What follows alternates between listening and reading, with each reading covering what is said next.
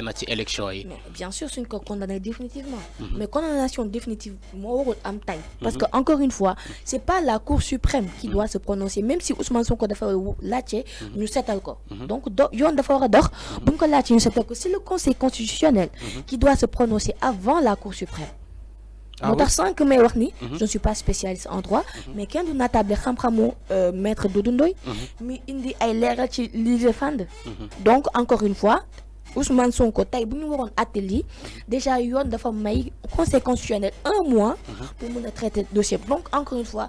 même tey bu ñu ko doon bu ñu ko doon vider si c'est pas en faveur de Ousmane Sonko bu ñu ko defee neneen jaay doole la même tey bu jaay doole la si sama gis-gis. Voilà. jaay doole Mahmoud dégg nga Adja lu mu wax léegi Mahmoud concrètement parce que jaadu na ñu taxaw ci dossier boobu parce que dossier boo xamante ni dafa jaaxal sénégalais yu bëri ñii dañuy wax jaar ne ñii wax jaar ne ci l'affaire de Ousmane Sonko Mame Mbaye Niang ñu bëri dañoo jàpp ni que ils n'ont pas respecté la procédure dans son ensemble parce que ñu bëri dañoo jàpp ni le délai bu ñu may Ousmane Sonko et ses avocats pour mu def recours. Mais ñoom xaaruñu délai boobu ñu daal di juger yëf yi parce que Mame Mbaye Niang def na appel sur la partie civile et aussi le procureur def na appel pour écorcher mooy maanaam la décision du juge du deuxième cabinet. Donc est-ce que jàppoon ni Mame Mbaye Niang yàgg na am dëgg ci Ousmane Sonko wala tamit comme sénégalais yi ñu ngi koy wax une majeure partie des sénégalais d'ailleurs dañoo jàpp ni c'est purement politique Mame Mbaye Niang la ñuy yabal maintenant pour def le sale boulot pour mu mën a recaler Ousmane Sonko ci dossier diffamation là où beaucoup de gens ont parlé ci dossier boobu gis nañu fi ku bind livre ci dossier boobu je crois Birahim Seck bind na ci livre boobu. Keneen ak keneen tamit wax na ci diffamation kii boobu Prodac bi mais pourquoi il a choisi Ousmane Sonko pour yóbbu ko procès ci dossier boobu. waaw xam nga sànq Adja mi ngi koy wax. Aujourd'hui volonté manifeste bi. C'est d'empêcher uniquement Ousmane Sonko à se présenter sur les élections présidentielles. Ah oui. Effectivement. léegi nag yaa ngi wax ay nit yoo xam ne parce que du Ousmane Sonko moom moo njëkk a wax. ci mbirum Prodac. Exactement. yaa ngi wax. même le premier ministre quand il était ministre des finances Amadou Ba. l'a dit à l'Assemblée nationale. parce que tey jii nii seen relation xawul sax impacté moment yi ñu nekk nii. parce que la dernière fois on a vu Mame Mbaye Niang agité dans une émission sur la candidature de Amadou Ba. moo lay wan ne que ñoom ñaar seen diggante y a quelque chose. Birahim Seck forum civil dafa wax ci mbirum Prodac. Maître Clédor Sène il est allé faire des recherches sur affaire Prodac. moom sax nee na sax buñ ko wooyee mu andi ay preuves. non parce qu'il faisait partie jour procès bi il faisait partie des témoins. moom ak Aïda Mbodj aussi elle faisait partie. Mais qu'est-ce qui s'est passé au tribunal. Birahim Seck forum civil bi mu ñëwee di dugg ñu bëri bàyyi wuñ ko woon. Les forces de défense et de sécurité dañ ko empêché woon à ce que mu dugg ci biir salle bi prétextant que lan salle bi fees na. gis nga problème bi xam nga fan la waroon nekk. au moment où une personne tey jii nii génn. indexé wax ne que y a une somme y a une somme d'argent boo xam ne fu mu waroon dugg. duggul ci parti boobu noonu feneen la dugg je pense que nos autorités étatiques dañu waroon taxaw xool exactement waa ji lu muy wax fan la jóge nañ dem def ay investigation mais warul woon nekk ay IGE IGF ñu bëgg ci profito pour empêcher Ousmane à se présenter. xam nga c'est la réalité parce que c'est l'argent du contribuable au fait en dehors peut-être de ce dossier là il y a des dossiers pendants. Où sont les rapports de la Cour des comptes. fan lañ ci toll te pourtant ñu ngi ñu doon wax ne que à l'époque 1000 milliards l'argent du contribuable sénégalais bu nekk participer ci. Les partenaires ñooñu ñëpp xalif général bi yëkkati 200 millions teg ko ci kaw table bi ba tey on est en train d'assister à une information judiciaire. L'ancien ministre de la justice garde des Sceaux Ismaïla Madior Fall moom il avait parlé de médiation pénale. Les Sénégalais n'étaient pas d'accord. On avait organisé un meeting benn rassemblement à la place de la nation pour que Sénégalais yi dénoncer actes yi nga xam ne mi ngi am ci biir réew mi. Opposition bi bëggoon nekk dans la continuité on a vu ce qui s'est passé. Les manifestations ont été interdites gis nga li xew Sénégal exactement. Ça suscite de nombreuses interrogations mais dafa am loo xam ne am na tey jii y a un régime sortant.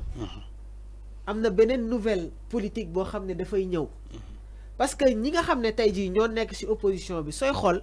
seen génération xawul nekk une génération avec un âge très élevé je pense que si wàllu boobu noonu tamit am na ay jàngat yoo xam ne dañ ko war a def mais li wóor ba wóor mooy comme ni ko Adja waxee la Cour suprême ne peut pas statuer sur cette affaire-là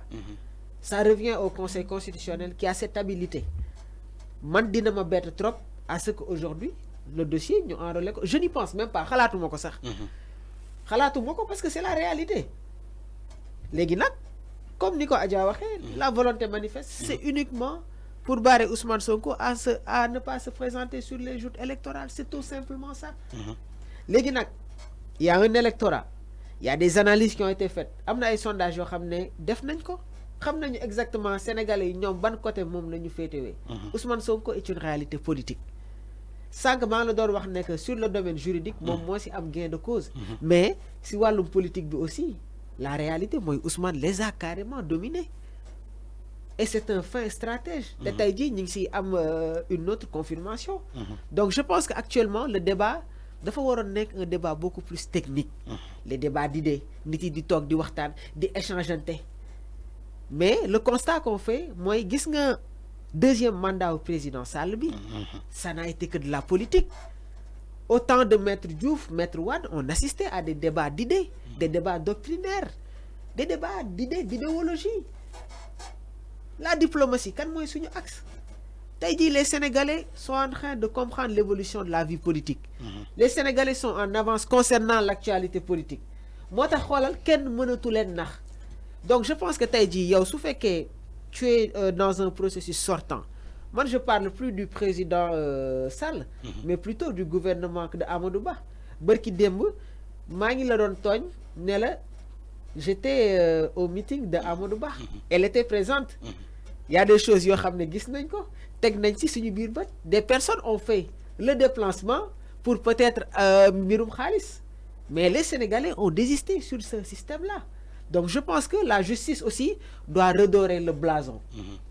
les rapports yi nga xam ne jël nañ ko teg ko ci kaw table bi ñu tijji ko leeral ko ci kaw askan wi am na ay nit yoo xam ne gracier nañ leen am na xaalis boo xam ne war nañ ko delloowaat parce que xaalisu askan wi la tey jii su fekkee Ousmane Sonko dafa génn taxaw sur la toile publique wax ne que somme d'argent bi fu mu waroon duggul foofu mais nos autorités dañu waroon jug saytu xool exactement xaalis bi fan la jóge ce rapport peut-être que Ousmane Sonko bi mu koy wax le document n'avait pas la qualité de rapport mais bi ñu demee ba ci biir xam nañ ne que exactement tout ce que Ousmane dit xanaa Ousmane Sonko sañul am fitu jàkkaarloo ak toute une nation Ousmane qui pèse beaucoup plus au niveau international di wax ay choses yoo xam ne amul une certaine réalité léegi nag quand tu présentes le document on te dira lan recel de document administratif donc ñoom foofu lañ ko jàpp c'est un délit quand même mais Arfan loolu moom laa lay wax gis nga dossier bii nii ñu bëgg a jëlaat ko teg ko ci kaw table bi parce que xam nañ ne que dossier yi weesu mënatuñ ci am gain de cause diggante moom ak Adji Sarr dañuy demaat sur un procès parce que aucun des dossiers aussi n'a atteint l'autorité de la chose jugée Ousmane casier judiciaire am amul dara parce que amagul une condamnation définitive moo ko permettre tey jii à ce que mu présenter un dossier complet au niveau du Conseil constitutionnel c'est la réalité donc je pense que il faut que aussi ñoom ñu revenir à l'état normal xam ne que la politique ne doit pas nous amener à une certaine extrémité et régler les problèmes de la population et surtout donc on essaie de joindre Gassama du côté du Conseil constitutionnel Gassama boo ma déggee maa ngi lay jéem a jot mais boobu léegi ça ne passe pas boo ma déggee fait ma signe Cheikh Ngom qui est en voyage moom tamit mënuñu ko jot donc Adja Mame Mbaye Niang Ousmane Sonko dossier boo xamante ne bu masaana am day am engouement de la part de la société nu mu bindoo ñi am na ñoo xam te